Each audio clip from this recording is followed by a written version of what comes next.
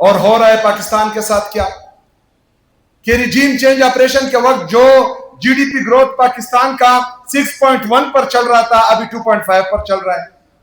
کسان خودکشیاں کر رہا ہے, مزدور رو رہا ہے, نوجوان پاکستان چھوڑ کر بھاگنا چاہ رہا ہے, انڈسٹریلسٹ وہ بھی رو رہا ہے, تباہ و برباد ہے. 45% لوگ پاکستان کے وہ غربت کی لکیر کے نیچے آ چکے ہیں. 45% کا مطلب ہے 10 کروڑ عوام. کل ایک دفعہ پھر ڈیزل کا بم عوام پر گرا دیا گیا ہے. تو ان کے ساتھ کوئی پالیسی ہی نہیں ہے, نہ ہی پاکستانی عوام ان پر اعتماد کرتے.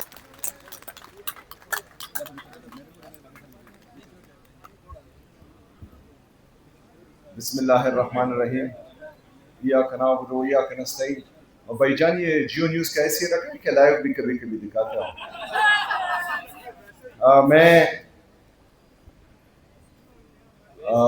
انتہائی دل کی گہرائیوں سے آپ سب کا شکریہ ادا کرتا ہوں, خاص کر ہمارے وکلاء برادری کا جو سینٹرل بار آزاد جموں کشمیر کے ہیں کہ انہوں نے بہترین انداز میں میرا ویلکم کیا. میں نئے منتخب شدہ کابینہ کا, ہمارے پریزیڈنٹ راجہ زیگم ایڈوکیٹ صاحب کا, مرتضیٰ میر ایڈوکیٹ سیکرٹری جنرل صاحب کا, اور ان کے ساتھ پوری ٹیم کا جو منتخب ہوئے ان کو دل سے مبارکباد پیش کرتا ہوں. اس کے ساتھ ساتھ ہماری جو آئی ایل ایف کی ٹیم ہے, پریزیڈنٹ چودھری اشرف ایاز صاحب, سیکرٹری جنرل یاسر مغل صاحب, senior vice president Pakistan barrister Israr صاحب, خالد یوسف صاحب, اور ہماری پاکستان تحریک انصاف کی ڈسٹرکٹ ٹیم قیوم نیازی صاحب, باقی میرے ساتھ جو لوگ آئے ہوئے ہیں, اور آپ سب کا دل سے شکریہ ادا کرتا ہوں. میں نے ان کو کہا یہ نام لکھ لے, میں نام بھول جاتا ہوں کیونکہ ماشاءاللہ ہمارے والے محنت زیادہ کرتے ہیں تو ہر بندے کا نام لینا جو ہے پوری تقریر بن جاتی ہے. میں آپ سب کا دل سے شکریہ ادا کرتا ہوں. آپ سب کو پتہ ہے کہ میں نے پورے پاکستان سے وکلاء کا جرگہ بلایا تھا پشاور میں, نشتر حال میں کچھ دن پہلے, اور وہاں پر ہم نے 6 مئی کو قلم چوڑ ہڑتال کی کال دی ہے. تو آج میں سینٹرل بار میں آپ سب سے یہ توقع کر رہا ہوں کہ جو 6 مئی کی کال ہم نے دی ہے انشاءاللہ تعالی آپ اس میں بھرپور کردار ادا کریں گے انشاءاللہ تعالی. میں توقع رکھ سکتا ہوں کہ نہیں؟ انشاءاللہ. یہ ہم نے کیوں کیا ہے؟ جس طرح مجھ سے پہلے ہمارے وکلاء بھائیوں نے بات کی کہ 26ویں اور 27ویں آئینی ترمیم کے بعد عدالتیں مفلوج ہو چکی ہیں. باقی چیزیں تو چھوڑیں, پاکستان کے سابقہ وزیر اعظم, پاکستان کے سب سے بڑے سیاسی پارٹی کے تاحیات چیئرمین عمران خان صاحب, ان کے کیسز نہیں لگوائے جا رہے ہیں اور تقریباً 1.5 سال سے وہ پینڈنگ ہے. اگر کیسز لگا دیے جائے تو آدھے گھنٹے میں عمران خان صاحب باہر ہوں گے کیونکہ سارے بوگس کیسز ہیں. عمران خان صاحب کے ساتھ ہو سکتا ہے کسی کی ذاتی انا یا بغض ہو سکتا ہے کسی کو خوف ہو کیونکہ ایک بندے کی تصویر باہر نہیں آنے دے رہے ہیں تو خوف یہ ہے, ڈر رہے ہیں. جب اس کی آواز باہر آتی ہے تو کوحرام مچ جاتا ہے, جب وہ بندہ باہر آئے گا تو انشاءاللہ تعالی لوگوں کی نیند حرام ہوگی. تو یہی خوف ہے. وہ تو ایک طرف. دوسری طرف میں ایک صوبے کا چیف ایگزیکٹو, 4.5 کروڑ عوام کا نمائندہ, 3 ججز مجھے حکم دیتے ہیں کہ میری ملاقات عمران خان صاحب سے اڈیالہ جیل میں ہو.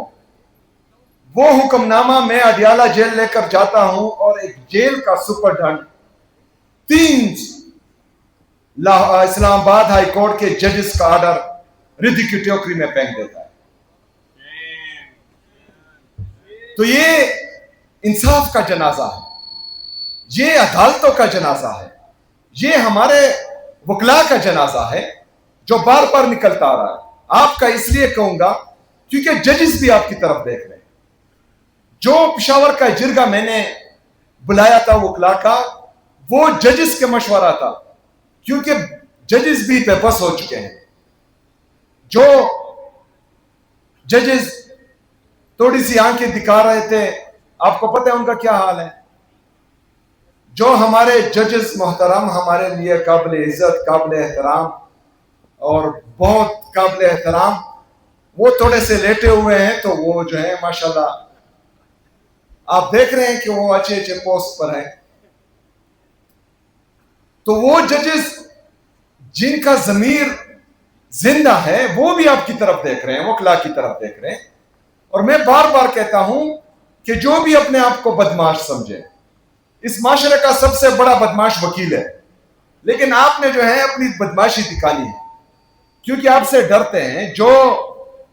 جس کے ہاتھ میں قلم ہے، جس طرح ہمارے ایک وکیل بھائی نے کہا کہ ہم ججز کو کرسی سے نیچے اتارتے تھے جب وہ غلط فیصلے کرتے تھے، تو کہاں ہے وہ جذبہ، وہ جنون؟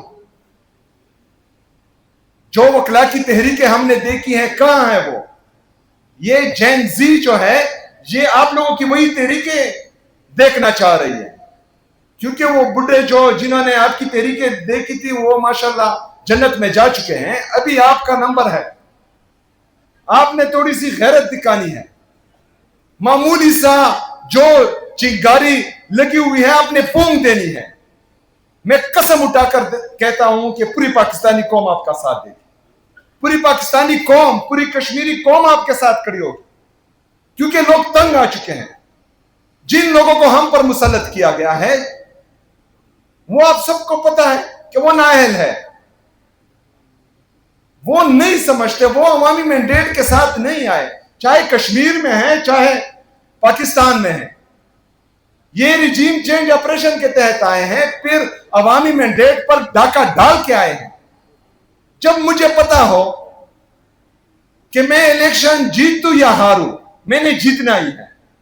جب مجھے یہ پتا ہو کہ میں 5300 ارب روپے کی کرپشن کروں، اس کے باوجود بھی میرے گریبان کو کوئی ہاتھ نہیں لگا سکتا، جب مجھے یہ پتا ہو کہ میں جتنا بھی ظلم کروں، 26 نومبر کروں، 9 مئی کروں، مرید کے کروں،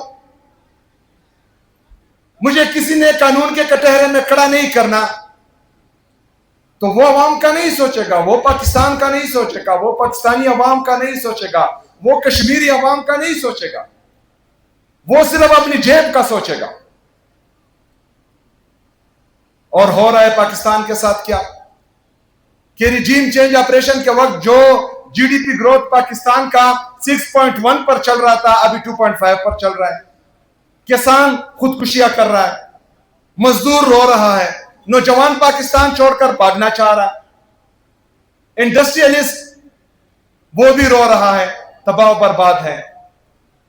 45% لوگ پاکستان کے وہ غربت کی لکیر کے نیچے آ چکے ہیں۔ 45% کا مطلب ہے 10 کروڑ عوام۔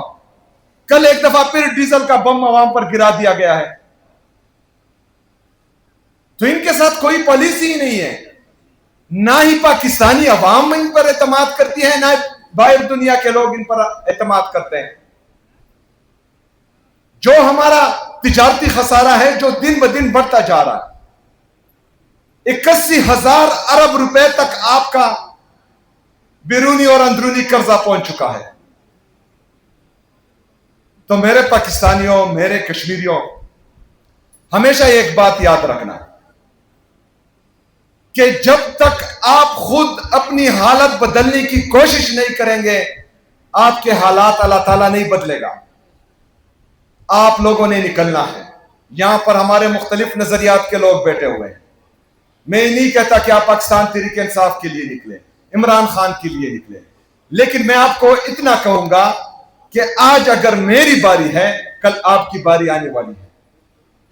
اگر آج مجھ پر ظلم ہو رہا ہے، یہ ظلم کل آپ پر آنے والا ہے، کیونکہ حکومتیں ساری عمر نہیں رہنی، ساری عمر کا اقتدار نہیں ہوتا۔ آج ایک کی باری ہے، کل دوسرے کی باری آنے والی ہے، لیکن جو ہمارے پاکستان کے آئین اور قانون کے ساتھ کیا جا رہا ہے وہ انتہائی خطرناک ہے، وہ جمہوریت کے لیے بھی خطرناک ہے، وہ عدلیہ کے لیے بھی خطرناک ہے، وہ ہمارے وکلاء کے لیے بھی خطرناک ہے، اور وہ ہمارے عوام کے لیے بھی خطرناک ہے۔ انشاءاللہ اس کے خلاف ہم نے جدوجہد کرنی ہے اور مل کر کرنی ہے۔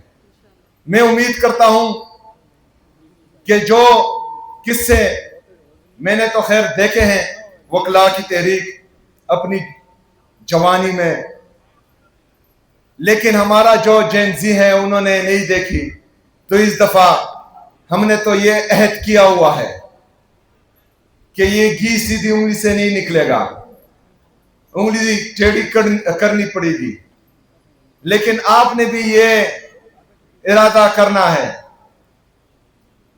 کہ آزاد عدلیہ کی بحالی وہ شرافت سے نہیں آنی، وہ ہمارے وکلاء برادری نے جو ہے تھوڑی سی بدماشی دکھانی ہوگی، اور انشاءاللہ تعالی اس میں ہم آپ کا بھرپور ساتھ دیں گے انشاءاللہ تعالی۔